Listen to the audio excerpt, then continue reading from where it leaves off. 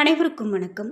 பொதுவாகவே ஒரு சில மலைக்கோவில்களுக்கு போயிட்டு வந்தாங்க அப்படின்னா, கண்டிப்பா அவர்களுடைய வாழ்க்கையில ஒரு மாற்றத்த பார்ப்பாங்க அப்படின்னு சொல்லுவாங்க.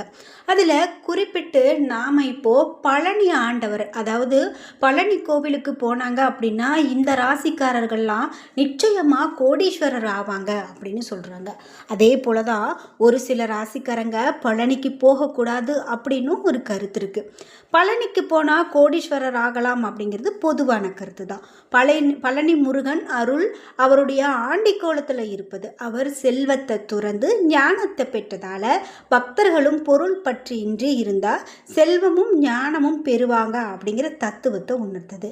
பழனி ஆண்டவர் சிலைக்கு அபிஷேகம் செய்யப்படக்கூடிய விபூதி பிரசாதம், நித்திய பிரசாதம் போன்றவை மக்களுக்கு செல்வத்தையும் நம்பிக்கையும் தரும் அப்படிங்கிறது சொல்லப்படுது. இருந்தாலும் பழனிக்கு இந்த ராசிக்காரங்கள்லாம் போனால் கண்டிப்பாக அவர்களுக்கு கஷ்டத்தான்ப்பா அப்படின்னு சொல்கிறாங்க. அதே போல் இது மாதிரியான கருத்துக்கள் மாறி மாறி இருக்குது. இந்த வீடியோவில் நாம் பழனிக்கு யார் போனால் மிக பெரும் சிறப்பு அப்படிங்கிறத பார்க்க போகிறோம். எல்லோருக்குமே பழனி ஆண்டவர் ஒன்று தான்.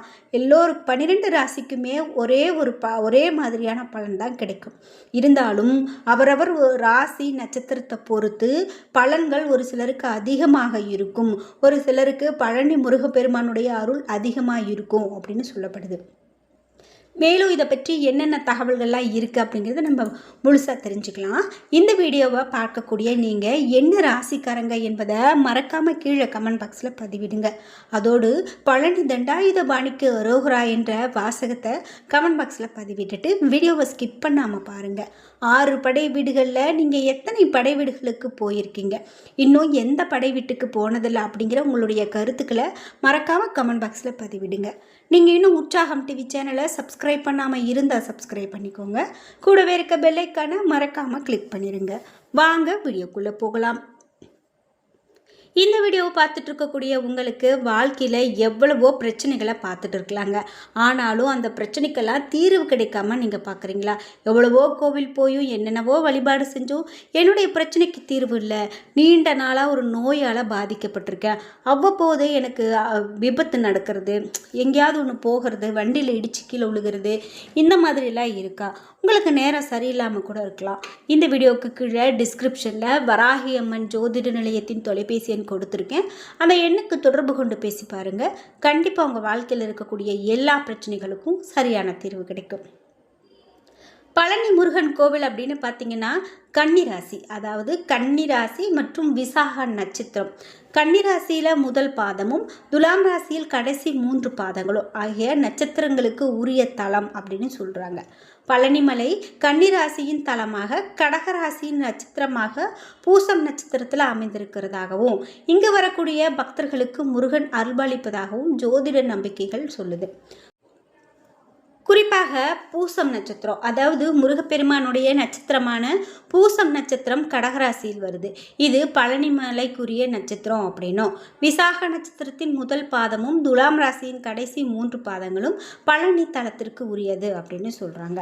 குறிப்பிட்டு சில ஜோதிட நம்பிக்கைகளின் அடிப்படையில் கடகராசி, மிதுன ராசி, விருச்சக ராசி இது போன்ற ராசிக்காரர்கள் பழனிக்கு அடிக்கடி செல்வதை தவிர்க்க வேண்டும் அப்படின்னு சொல்கிறாங்க.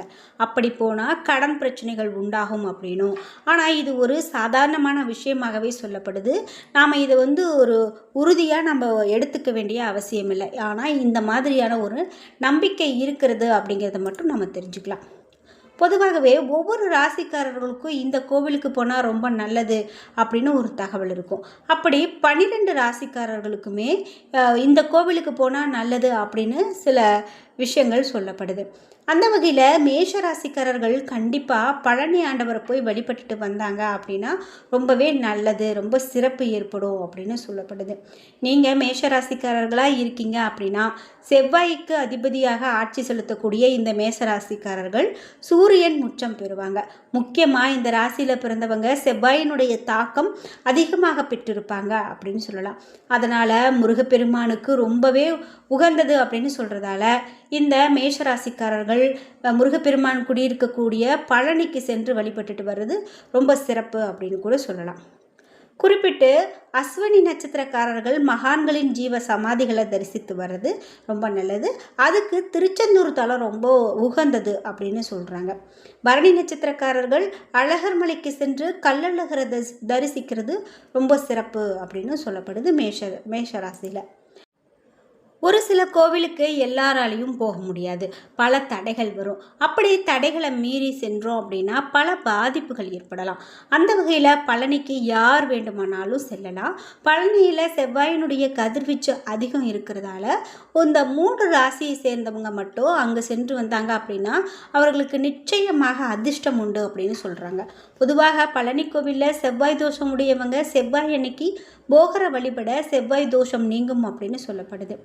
எதிரிகளுடைய தொல்லை இருக்கக்கூடிய மேஷராசிக்காரர்கள் மற்றும் மேஷ லக்னக்காரர்கள் பழனியில் இருக்கக்கூடிய பால தண்டாயுத பாணியை தரிசிக்கிறது நல்லது. இதனால் அவர்களுக்கு எதிரிகளுடைய தொல்லை நீங்கும். அது மட்டும் இல்லாமல் தொழில் வளம் பெருகி கோடீஸ்வரர் ஆகக்கூடிய வாய்ப்பையும் ஏற்படுத்தும் அப்படின்னு சொல்கிறாங்க. அதே போல தான் மிதுனம் ராசிக்காரர்கள் அடிக்கடி தங்களுடைய வாயில் இருந்து வரக்கூடிய கடும் சொற்களால் பலரையும் காயப்படுத்தக்கூடியவர்களாக இருப்பாங்க. அப்படி காயப்படுத்தினாலும் பிறகு ரொம்பவே வருத்தப்படக்கூடியவர்களாகவும் மிதுன ராசிக்காரர்கள் இருப்பாங்க. பொதுவாக அதிர்ஷ்டம் வராத இவர்கள் பழனி தண்டாயுதபாணி கடவுளை வழிபட்டாங்க அப்படின்னா கண்டிப்பாக நாக்கு வன்மை அதிகரிக்கும்.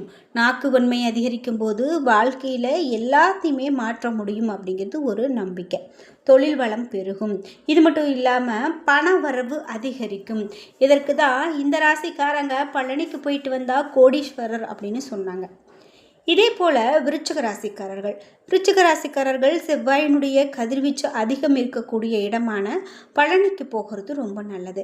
இதனால் அவர்களுக்கு என்ன பலன் கிடைக்கும் அப்படின்னு பார்த்தீங்கன்னா, அதிகமாக கோபப்பட்டு பேசக்கூடிய தன்மை கொண்ட விருச்சிக ராசிக்காரர்களுக்கு போகரையும் பழனி முருகரையும் வழிபட்டு வர்றதால சாந்தம் பெறுவாங்க அப்படின்னும், மேலும் தொழில் வளம் கைக்கூடி கோடீஸ்வரர் ஆவாங்க அப்படின்னு சொல்லப்படுது.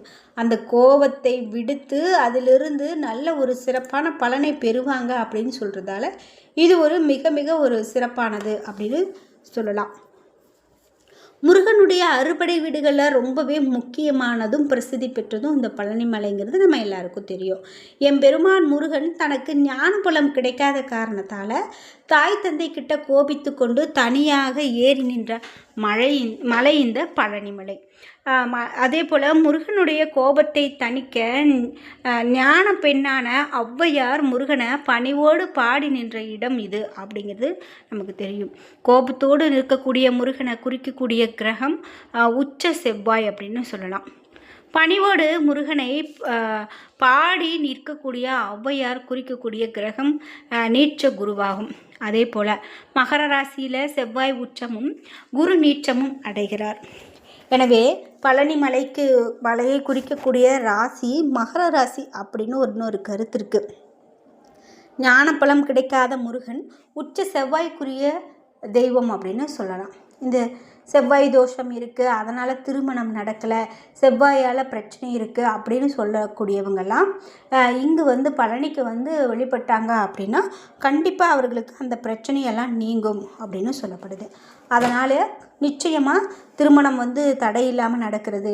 அதே போல் குழந்தை இல்லாதவங்க எப்படி திருச்செந்தூருக்கு போயிட்டு வந்தால் ரொம்ப நல்லது அப்படின்னு சொல்கிறாங்களோ அதே போல் பழனிக்கு சென்று வந்தாங்க அப்படின்னாலும் அவர்களுக்கு ரொம்ப ரொம்ப நல்ல பலன் கிடைக்கும் அப்படின்னு சொல்கிறாங்க. குறிப்பாக பழனிக்கு நம்ம செவ்வாய்க்கிழமை நாட்களில் போகிறது இன்னமும் சிறப்பு. அதே போல் சஷ்டி நாட்கள் இந்த மாதிரி விசேஷமான நாட்களில் போகிறது மேலும் சிறப்பு. நம்ம முருகப்பெருமானுடைய ஆண்டி கோலம் மற்றும் ராஜ அலங்காரம் இந்த ரெண்டையுமே பார்த்து தரிசிக்கலாங்க. ஒரு சிலர் ஆண்டி கோலத்தை பார்த்து தரிசிக்க கூடாது அப்படின்னு சொல்லுவாங்க. ஆனால் அப்படி இல்லை, ரெண்டையுமே பார்த்து தரிசிக்கலாம், எந்த விதமான தவறும் கிடையாது. என்ன நண்பர்களே, இன்றைக்கி வீடியோவில் நம்ம முருகப்பெருமானுடைய இந்த பழனி கோவிலுக்கு எந்தெந்த ராசிக்காரர்கள் போகிறதெல்லாம் ரொம்பவே நல்லது, எந்தெந்த ராசிக்காரர்கள் கோடீஸ்வரர் ஆவாங்க அப்படிங்கிற ரொம்ப பயனுள்ள தகவல்களை தெரிஞ்சுக்கிட்டோம். இந்த வீடியோவை பார்க்கக்கூடிய நீங்கள் பழனி தண்டாயுதபாணிக்கு அரோகரா என்ற வாசகத்தை கமெண்ட் பாக்ஸில் பதிவிட்டுருங்க. இந்த வீடியோ உங்களுக்கு பிடிச்சிருந்தா லைக் பண்ணுங்கள், ஷேர் பண்ணுங்கள், கமெண்ட் பண்ணுங்கள். நீங்கள் இன்னும் உற்சாகம் டிவி சேனலை சப்ஸ்கிரைப் பண்ணாமல் இருந்தால் சப்ஸ்கிரைப் பண்ணிக்கோங்க. கூடவே இருக்க பெல் ஐக்கானை மறக்காமல் கிளிக் பண்ணிடுங்க. அப்போ தான் நாங்கள் போடுற இது போன்ற பயனுள்ள வீடியோக்கள் உங்களுக்கு உடனுக்குடன் நோட்டிஃபிகேஷனாக வந்து சேரும். நன்றி வியூவர்ஸ்.